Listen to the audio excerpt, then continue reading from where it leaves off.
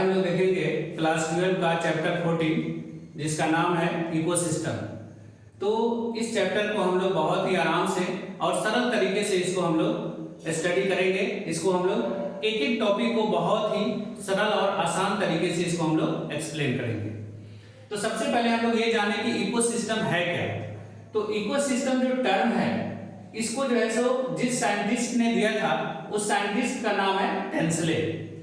Tansley scientist थे जिन्होंने जो है सो क्या किया था, इकोसिस्टम इस टर्म को, इस शब्द को जो है सो इजाद किया था, इस शब्द को जो है सो उन्होंने दिया था। तो इकोसिस्टम होता क्या है, सबसे पहले हम लोग इसको डिफिनीशन से समझ लेते हैं, फिर उसको हम आपको डायग्राम से भी समझाएंगे। तो इकोसिस्टम क्या होता है कि the ecosystem is the functional unit of nature. Nature किसको कहते हैं कि इस पूरे पृथ्वी को, जो हमारा ये पूरा बायोस्फीयर है, इसको हम लोग नेचर कहते हैं, जहां पर जो है सो विभिन्न प्रकार के आपको नेचुरल चीजें देखने को मिलती हैं। जैसे कि जितने भी प्लांट्स हैं, एनिमल्स है ना, माइक्रो ऑर्गेनिज्म है, सॉइल है, वाटर है, एयर है, ये सभी जो है सो नेचुरल चीजें हैं जो प्रकृति में पाई जाती हैं। तो इकोसिस्टम जो है सो क्या है, एक फंक्शनल यूनिट है किसका, इस नेचर का, यानी कि इस पूरे पृथ्वी का।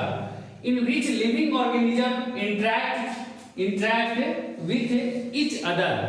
और इस प्रकृति में जो है सो विभिन्न तरह के जो लिविंग ऑर्गेनिज्म हैं, अर्थात जो प्लांट्स हैं, जो एनिमल्स हैं, वह सभी जो है सो एक दूसरे को इंटरैक्ट करते हैं। आप देखिए जहां पर भी आप रहते हैं वहां पर जो है सो आप भी रहते हैं, आपके साथ साथ बहुत सारे अलग अलग तरह के जीव रहते हैं, जैसे कुत्ता है, बिल्ली है, चूहा है, शेर है।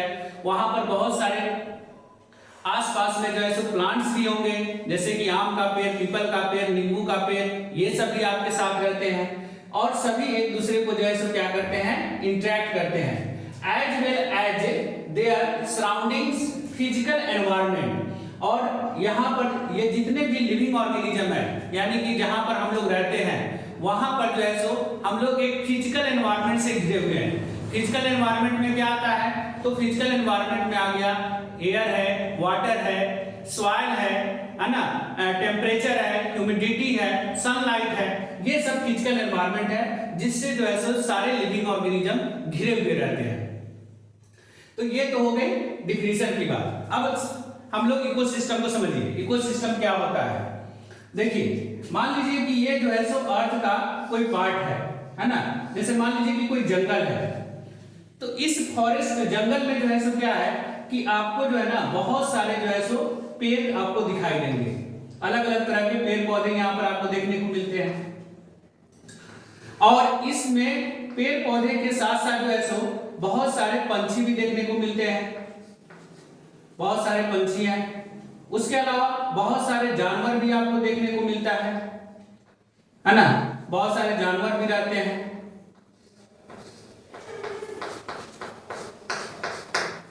वहां पर बहुत सारे पेड़ पौधे हैं, पेड़ पौधे में बड़े वृक्ष भी हैं, ट्री भी हैं, सर्ब्स भी हैं, हर्ब्स भी हैं और ग्रास भी हैं। और वहां पर बहुत सारे जो है सो पशु पंछी और जीव जंतु भी आपको देखने को मिलते हैं। ये सभी जो है सो क्या करते हैं, एक कम्युनिटी बनाकर रहते हैं। वहां पर जो है सो फिजिकल एनवायरनमेंट भी मौजूद है, जैसे कि वहां पर एयर भी है, वाटर भी है, सॉइल भी है ना। तो जैसे कि ये सभी जो है सो यहाँ पर जो है सो इसके साथ साथ रहते हैं। तो ये सभी जो हैं, ये सभी मिलकर जो है सो एक इकोसिस्टम को फॉर्म करते हैं। तो यह एक जो है सो इकोसिस्टम हो गया। उसी तरह से कोई तालाब है, इस तालाब में पानी भरा हुआ है और इसमें जो है सो विभिन्न प्रकार की मछलियां आपको देखने को मिलती हैं है ना। इसके अलावा जो है सो बहुत सारे ऐसे टोर्टस हैं, कछुए हैं। उसके अलावा मगरमच्छ है, क्रोकोडाइल है और भी बहुत सारे जो है सो इस प्रकार के जलीय जीव इसमें मौजूद है। उसके अलावा इसमें जो है सो विभिन्न प्रकार के जो है सो एक्वेटिक प्लांट, जैसे कि शैवाल, एल्गी मौजूद होगा। बहुत सारे जो है सो इसके किनारे पर भी बहुत सारे जो है सो पौधे आपको देखने को मिलेंगे। तो ये सभी जो है सो मिलकर, उसके साथ साथ ये सभी जीवों के साथ साथ यहाँ पर वाटर है, एयर है, सॉइल है, सब कुछ मौजूद है। तो ये भी जो है सो क्या हो गया, एक इकोसिस्टम हो। तो बायोस्फीयर क्या है? The biosphere is a global ecosystem that includes all the world's local ecosystem. देखिए बायोस्फीयर क्या होता है? बायोस्फीयर, हम इस पूरे अर्थ को हम लोग बायोस्फीयर कहते हैं। बायोस्फीयर जो है सो दो टर्म से बना हुआ है। एक होता है बायो, तो बायो का मतलब क्या होता है? Life, life. और स्फीयर का मतलब आप समझ रहे हो, जो कि गोला होता है ना। तो ये बायोस्फीयर यानी कि वैसा जो है सो स्फीयर जहां पर जो है सो लाइफ एग्जिस्ट करता है। तो इस बायोस्फीयर का जो फॉर्मेशन हुआ है वह मेनली जो है सो तीन कंपोनेंट से हुआ है। कौन कौन? ये जो है सो बायोस्फीयर है। ये जो हमारा अर्थ है इसको हम लोग बायोस्फीयर कहते हैं, है ना, क्योंकि यह जो है सो ऐसे प्लैनेट्स हैं जहां पर जो है सो लाइफ एग्जिस्ट कर रहा है, जहां पर जीवन है। तो ये जो बायोस्फीयर है इसके तीन कंपोनेंट कौन कौन? एक होता है हाइड्रोस्फीयर। हाइड्रोस्फीयर, हाइड्रोस्फीयर का मतलब हो गया वाटर, है ना, जिसको जल मंडल कहते हैं। उसके बाद यहां पे जो है सो एटमॉस्फेयर, एटमॉस्फेयर जिसको हम लोग वायुमंडल कहते हैं। और तीसरा जो कंपोनेंट है वह है लिथोस्फीयर, लिथोस्फीयर। तो ये जो है सो तीन मेन कंपोनेंट है जिससे जो है सो इस बायोस्फीयर का फॉर्मेशन हुआ है। कौन कौन? हाइड्रोस्फीयर जलमंडल, एटमॉस्फेयर वायुमंडल, लिथोस्फीयर स्थलमंडल। यहाँ पर जो है सो जमीन है, हवा है और पानी है। इसी तीनों मेन कंपोनेंट्स के कारण जो है सो पृथ्वी पर जीवन संभव हो सका है। इसीलिए इसको जो है सो पृथ्वी को हम लोग बायोस्फीयर कहते हैं। तो बहुत सारे साइंटिस्टों का मानना यह है कि ये जो पूरा बायोस्फीयर है यह अपने आप में एक इकोसिस्टम है। और इस बायोस्फीयर में बहुत सारे, है ना, that includes all the world's local ecosystem. Local ecosystem का मतलब क्या हो गया कि जो बहुत सारे यहाँ पर छोटे छोटे अलग अलग तरह के इकोसिस्टम हमें देखने को मिलते हैं। तो ये जो छोटे छोटे अलग अलग इकोसिस्टम है, इन सभी को मिलाकर एक बड़ा सा इकोसिस्टम हमारा कौन है? बायोस्फीयर। यदि इस पूरे बायोस्फीयर में टाइप्स ऑफ इकोसिस्टम यानी कि इकोसिस्टम के प्रकार को देखें तो हमें अलग अलग तरह के इकोसिस्टम देखने को मिलते हैं, जिसको मेनली दो पार्ट में हम लोग कैटेगराइज कर सकते हैं। तो पहला जो कैटेगरी होगा वह होगा एक्वेटिक इकोसिस्टम। पहला जो इसका टाइप हो गया वह हो गया एक्वेटिक इकोसिस्टम। एक्वेटिक इकोसिस्टम का मतलब क्या होगा? एक्वेटिक का मतलब क्या होता है? जलीय, यानी कि वैसा इकोसिस्टम जो वाटर के अंदर पाया जाता है, तो इसको हम लोग एक्वेटिक इकोसिस्टम कहते हैं। तो इसमें जो है कौन कौन से प्रकार के, कौन कौन से इकोसिस्टम आते हैं? तो सबसे पहला तो हो गया क्या? जो तालाब है, पॉन्ड।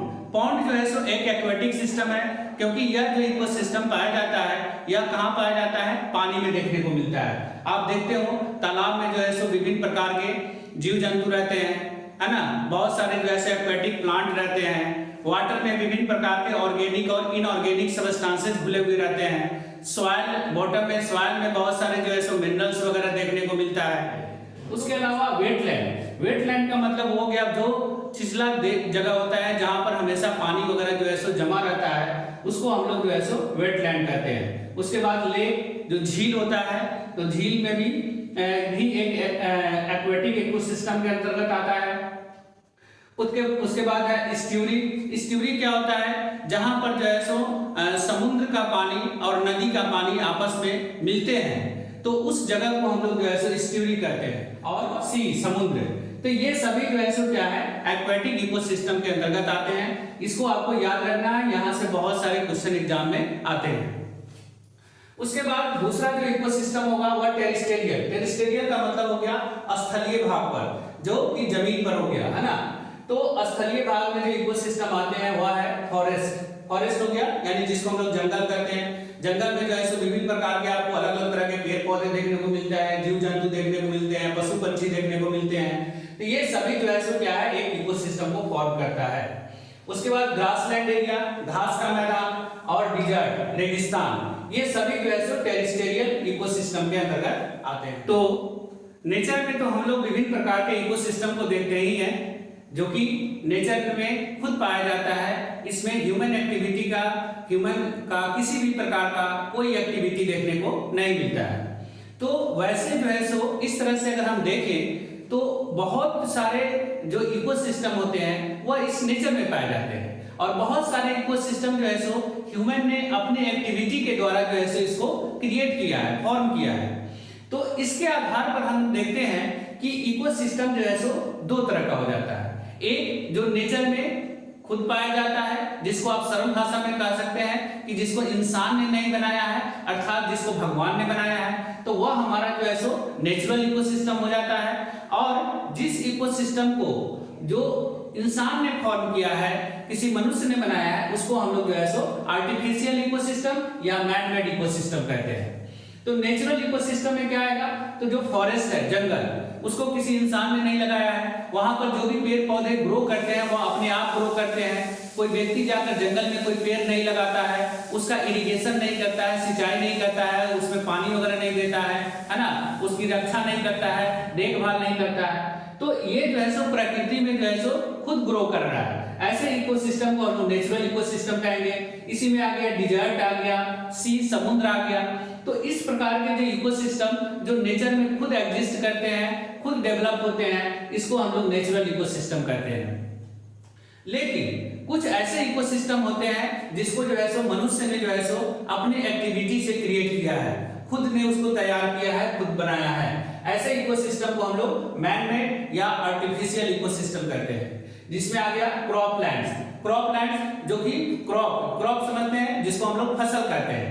तो फसल क्या होता है कि फसल जो होता है कि क्रॉप को हम लोग क्या कहते हैं, crop same types of plants और plant grow in large scale या लार्ज एरिया कह सकते हैं, लार्ज एरिया। अगर एक ही तरह के पौधे को, एक ही प्रकार के पौधे को एक बड़े से जो है सो एक बड़े पैमाने पर इसको ग्रो कराया जाता है, तो वो हमारा क्रॉप कहलाता है। जैसे कि आप देखते होइएगा धान के महीने में आप चारों तरफ जो है सो सिर्फ एक धान का पौधा आपको दिखाई देता है, तो वह हमारा क्या हो गया, वह जो है सो पैडी क्रॉप्स कहलाता है, यानी कि धान का फसल। उसी तरह से गेहूं के सीजन में आप देखते होइएगा कि दूर दूर तक जो है सो जो भी खेत होता है, सभी में बहुत ही लार्ज स्केल पर एक ही तरह का पौधा आपको देखने को मिलता है, गेहूं का पौधा, तो वह हमारा वीट क्रॉप कहलाता है। उसी तरह से आम का जो बगीचा होता है, जिसमें बहुत ही बड़े पैमाने पर जो है सो आम के पौधे को लगाया गया होता है, आम के पेड़ आपको वहाँ हजारों की संख्या में आम के पेड़ दिखाई देते हैं, तो उसको हम लोग मैंगो क्रॉप्स कहते हैं। तो ये सभी जो है सो ह्यूमन के द्वारा लगाए जाते हैं, है ना। धान की खेती, मकई की खेती, गेहूं की खेती, आम की खेती, लीची की खेती, ये जो है सो मनुष्य ने उसको लगाया है, उसको इरिगेट करते हैं, उसकी देखभाल करते हैं, तो इसमें ह्यूमन एक्टिविटी आ जाता है। तो इसलिए इसको हम लोग क्या कहते हैं, मैन मेड इकोसिस्टम। इसमें आ गया क्रॉपलैंड्स। उसके बाद एक्वेरियम जो आप घर में देखते हैं, एक शीशे का जो है सो कांच का बना हुआ स्ट्रक्चर होता है, जिसके अंदर पानी और अपने मन पसंद से आप उसमें जो है सो जो मछलियां डालना चाहते हो, कछुआ डालते हो, है ना। तो ये जो है सो हमारा एक्वेरियम कहलाता है, जो कि एक ये भी इकोसिस्टम है ना, जो कि मनुष्य के द्वारा इसको जो है सो तैयार किया गया है। तो इस तरह के इकोसिस्टम को हम क्या कहेंगे, मैन मेड इकोसिस्टम, जहां पर ह्यूमन का एक्टिविटी आ जाता है, और जहां ह्यूमन का एक्टिविटी नहीं होगा वह हमारा नेचुरल इकोसिस्टम कहलाता है।